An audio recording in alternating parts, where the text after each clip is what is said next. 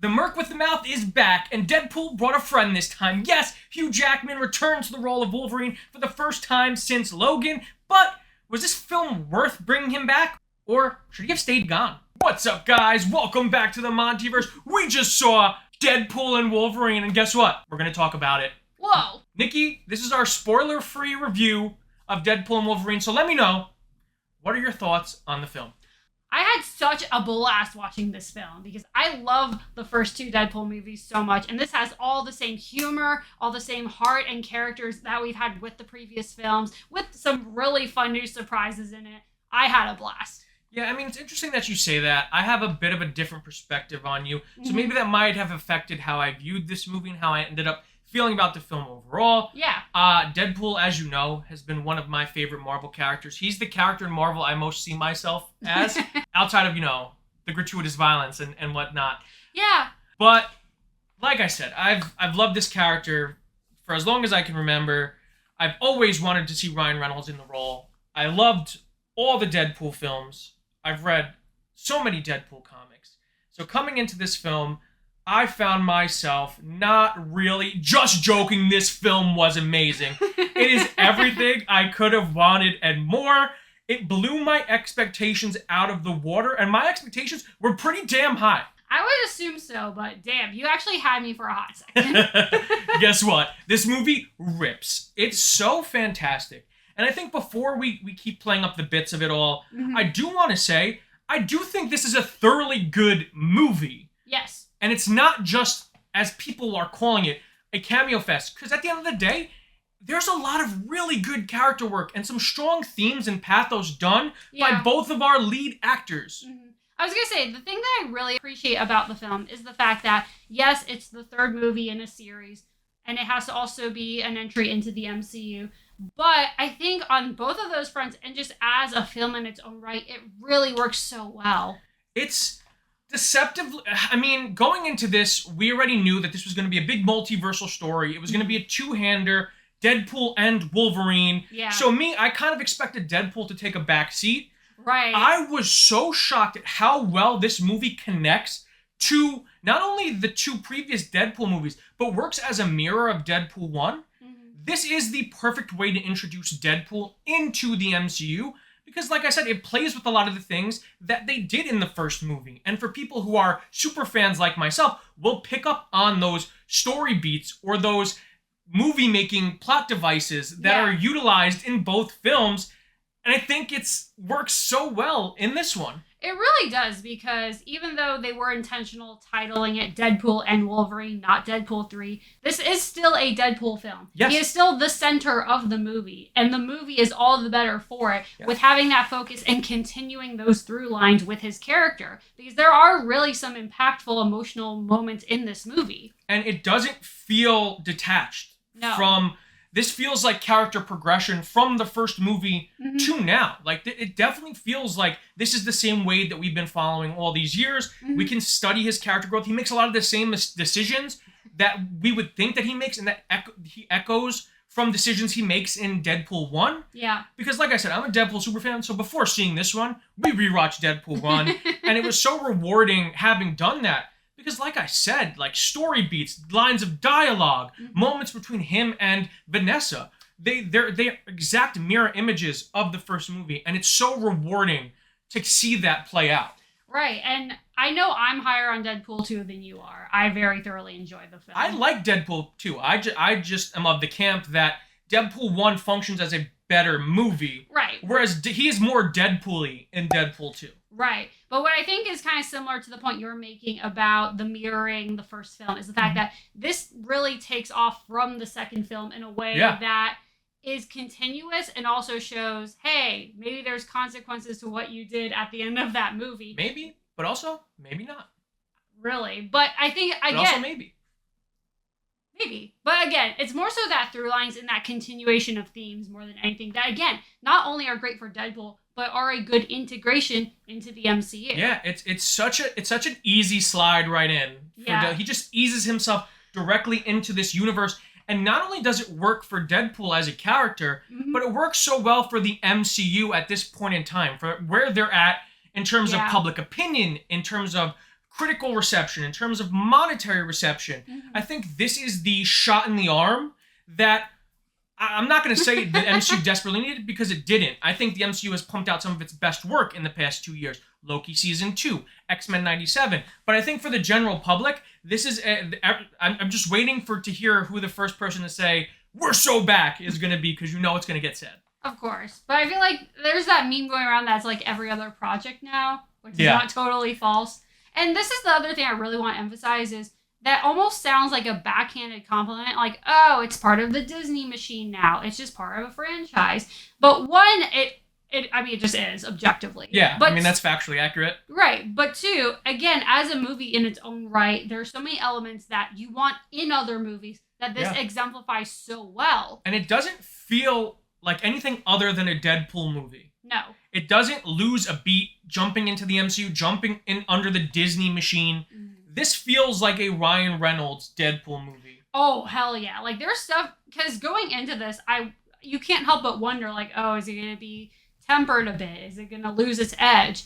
And holy hell, it does not. Speaking of my future best friend, Ryan Reynolds, he was absolutely fantastic in this movie. Like I said, he is Deadpool. I've always wanted him to portray Deadpool, but this is him at his Deadpooliest. And believe it or not, he has never been more Deadpool than in this movie. Everything just feels so organically natural to him. It's crazy. It's like he embodies the character. I was going to say, I think he just is Deadpool at this point. Yeah, it's just, I mean, there's that old interview of him in X-Men Origins Wolverine where he's essentially almost apologizing for playing the character in that movie before we knew what it would become. But he's saying, like, I have a deep connection to this character. Yeah. And it's so very evident when you watch this movie. They are so symbiotic in terms of, like, their personalities and their tones. It's just really wonderful to see him get to continue on and get to live this dream out. This dream that we both share, Ryan. Oh, yeah. I don't think that it misses a beat at all. And on the flip side of that coin, we have a Hugh Jackman who is returning to the role after Logan, which everyone thought would be his swan song. So going into this, I think he was probably the biggest variable for me. Yeah, I would say so too. I didn't know what to expect character-wise. I didn't know what to expect performance-wise. I didn't know, is there anything really left for him to do? And I've never been happier to have been so wrong. Because to say Ryan Reynolds was the Deadpooliest he's ever been, then you turn around and you see Hugh Jackman more Wolverine than he's ever been, which is insane because that guy, like Ryan, embodies this character. But then they give him the suit, they give him the temperament, they have these amazing visual sequences where he's just oozing Wolverine essence. There's, as a comic book fan, there's a humongous amount. I don't want to say an exact number because I might give it away, or even like a dozen, because then I'll be like, oh, it's too close to a number. But there's so many references to Wolverine's long comic book history. I was just in my chair in awe of everything that we were getting, and it was just one thing after the other. The jokes per minute in this film, the satisfaction level per minute in this film is extremely high. It is extremely high because, honestly, I'm really struggling to think of something that I thought was egregiously negative about it. Like, at worst, like, maybe a bit of the pacing, maybe it slows down at some bad points, but honestly, even the worst parts of it, I would still say were enjoyable. Yeah, I mean, listen, my biggest complaint is that it does, not for me, like, because, like I said, I was enjoying every second of it, but you can trim a little bit of the fat in the middle, and I think the movie wouldn't hurt from it. Yeah. But at the same time, like, fat tastes good. If you got a ribeye, you eat that fat on that steak. It's delicious. That's literally what I was thinking in my head. But there's also other aspects that, if you want to get really, really, really specific, are they necessary? Maybe not.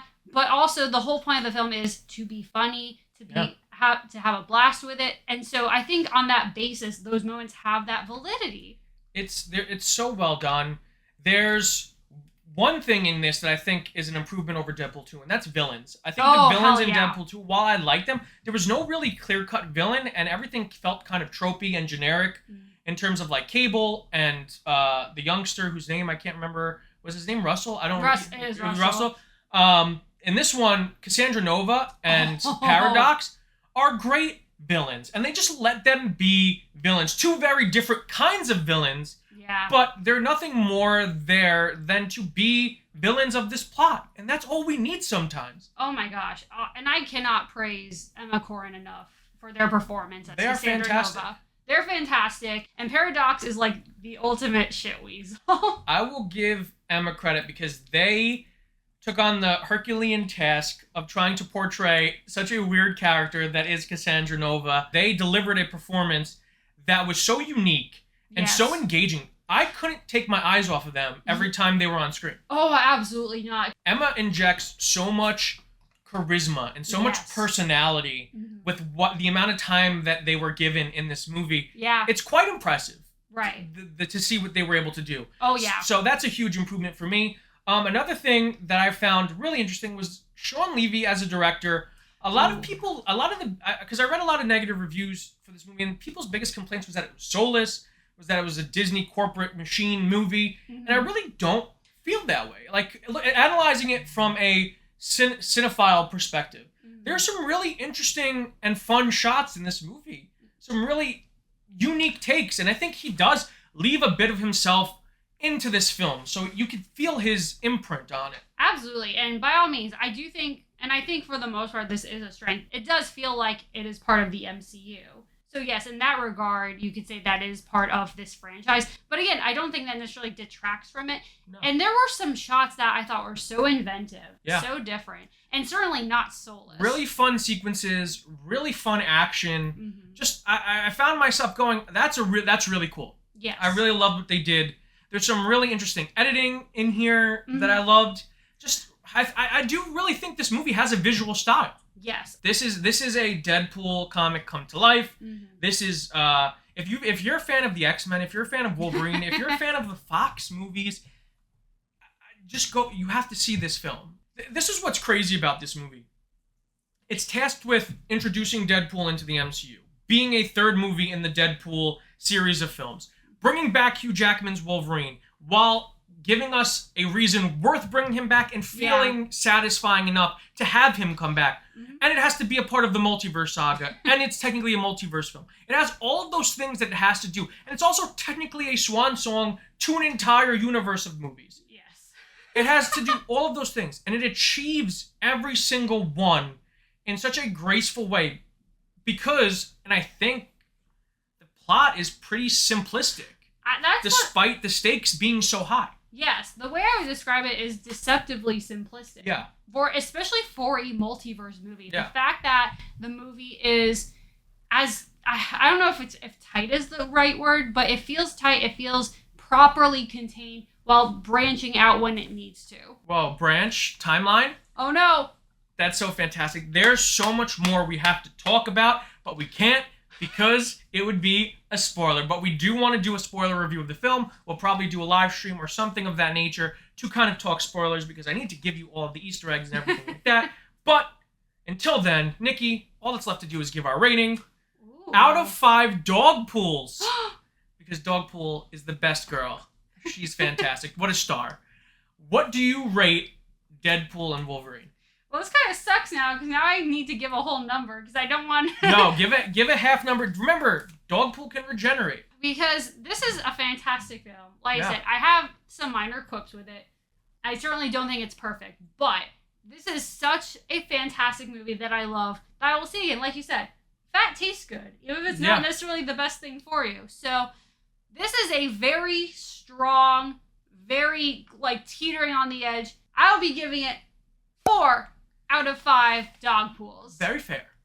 Very fair. For me, this was my most anticipated film of the year. Went into it with the highest of expectations. One of my favorite comic book characters of all time.